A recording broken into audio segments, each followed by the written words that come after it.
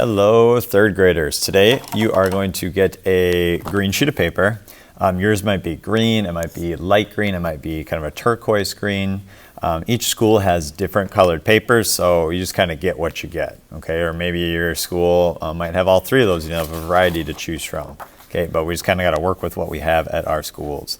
So Mr. Kelvin's going to put his name on the back. We always do that so we know whose is whose. And I'm going to flip it over.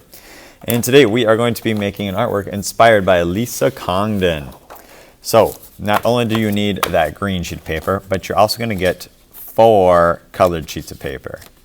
Okay, and once again, each school's a little bit different, so you might not get the same colors. Okay, but I've got 4.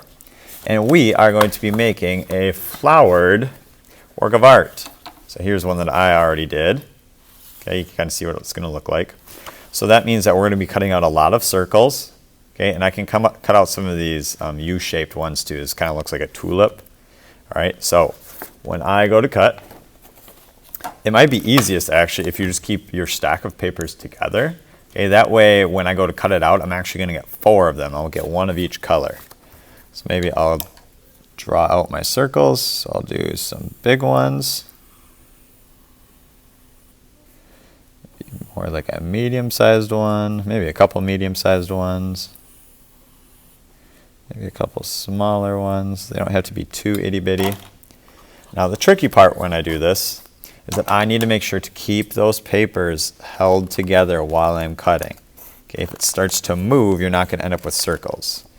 Now if that happens, totally fine. If you want to take each sheet of paper and cut out the circles individually, that's fine by me, but this is just a quick way to get a whole bunch of circles at once. Okay, see I got 4 of them right there. So I can keep cutting. I'm going to cut out all of these.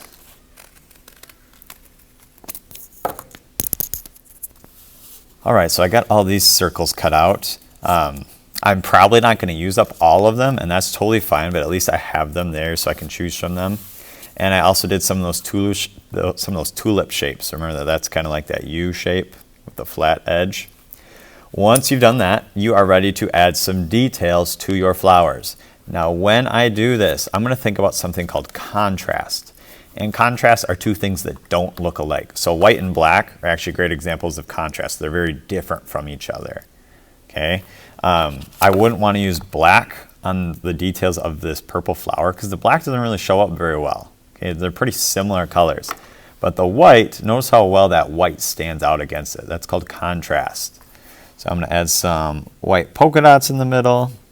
You're going to use your crayons to do this. Okay, I'm using something called a color stick, but you've got crayons. And once I do that, I'm going to add a bunch of lines coming off of my flower, just right out to the edge. Okay, so it might not look exactly like a flower. It's not like a realistic flower. We could say it's a symbolic flower. So when I show you a picture like this, even though it doesn't look exactly like a flower, you can still interpret this as a flower. You understand what it is just by looking at it. So I'm going to do that to a whole bunch of these. This pink one's pretty light, so I probably don't want to use a white. I probably want to use a black one on that instead. That's the decision that you're going to have to make when you're doing this. Do you need to use white or black? Use a variety of both. Adding those lines coming straight off. And I said that I might not use all of my flowers, so you probably don't need to do every single one. Right, but you probably want to do at least 10, I would think. And then you can always do more later if you need to. And notice that I'm drawing these on before I glue them. That is because once these get glued on, the paper gets kind of soft because of the wetness of the glue, and it's not going to want to draw very well later on. So make sure that you do the drawing beforehand. Now the tulips are a little bit different. I'm going to draw like this U shape coming down out of the top. I'm going to draw another one right next to it. I'm going to fill those 2 in.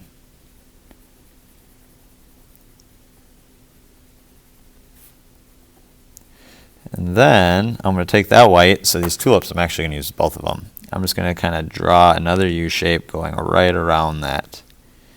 You might not even be able to see it on the video.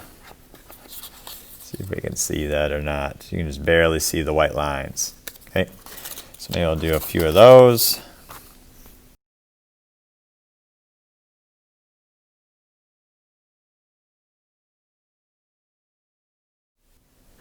All right, so I've got a handful of these flowers done. I might need to end up doing more later on. We'll see. So don't go throwing away any extra flowers that you have. You can see I have a whole pile right here, just in case you need to add more. Okay, now when I go to glue these on, I'm going to kind of think about where I'm going to put these. Now I probably don't want to put a whole bunch of purple flowers right next to each other. Okay, I'm thinking about something called composition. And composition is kind of the way your art looks when it's done. Okay, you want your composition to be nice. So typically things look better when you kind of spread them out. So if I kind of lay these purples out so they're not all right next to each other. Okay, kind of thinking about spacing. That makes my artwork a little bit nicer to look at. Think about size too. Okay, you don't want to put all the big ones right next to each other. You don't want to put all the little ones right next to each other. So I can see here I've got a yellow one here, but there's nothing over here, so maybe I'll put a yellow one over there. If you want to have one kind of come off the edge a little bit, I'm totally fine with that too. Okay, you probably don't want it to hang off the edge too much, but that's fine if it comes off the edge a little bit. All right, make sure I got all my flowers. Okay, so that looks pretty good. Some of them kind of slid together just a little bit. So I'm pretty happy with my composition. Next thing I'm going to do is I'm going to use my glue bottle, and I'm going to use dots of glue to glue these things down. Remember, a dot can do a lot. We don't need to use lines of glue because that really just uses up way more glue than what we actually need. We don't want to go using up our glue only a month into school. We need to make sure it lasts for us. So carefully adding dots of glue. So I started off by cutting out my circles. Then I added the details to the flowers. Then I laid them out. Now I'm gluing them. I've got 2 more steps after this. Now this one you can see I only glued half of it because this is the one I had hanging off the edge a bit. So I don't need to actually glue that whole thing. All right, so I have all of my flowers glued on here. Okay, I have 2 more steps left. First, I need to draw out the stems and the leaves, and then we'll add some additional polka dots in the background just to add some more color. So every one of these is going to need a stem. I would recommend probably using white. It should show up on your green, hopefully. If it doesn't, you could try it with black. Black might make your artwork look kind of dark. So I'm going to add stems. Notice sometimes my stem comes and it runs into a flower. I just stop mine when it gets to the flower. Okay. So stems all the way down, then I got to add some leaves. I'll show you a couple different ways to do the leaves. All right, so stems. One way to do a leaf is to do your traditional leaf, so it can come out rounded like that. Add a line down the middle, and then add some of those veins to the leaf as well. I can do the same over here. Some people like to offset their leaves, so if I do one over here, maybe I do one down here next. Some people also like to make their leaves pointy at the end instead of rounded. That's just kind of a personal preference. Another way to do your leaf is to make them like this. So maybe I'll go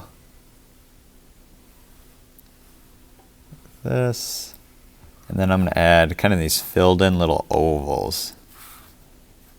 Almost kind of reminds me of vines.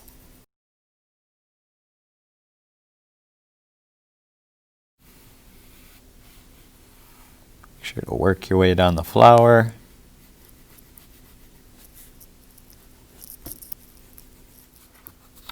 All right, once you get this far, everything's got a stem.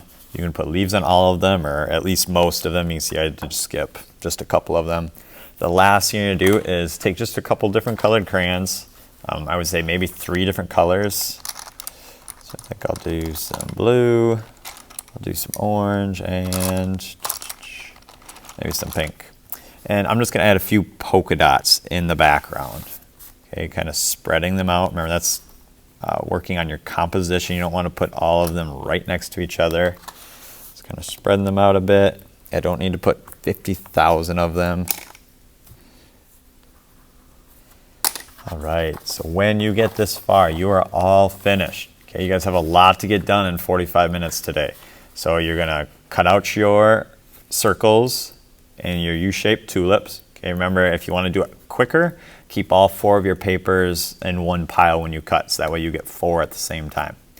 Then you are going to add your details using black and white to the inside of your flowers. Okay, do that before you glue. When you're done with that, you can glue, add stems and leaves. Okay, and then last but not least, add a handful of polka dots. And when you get that far, you guys are all finished. All right, I'll talk to you guys later. Bye.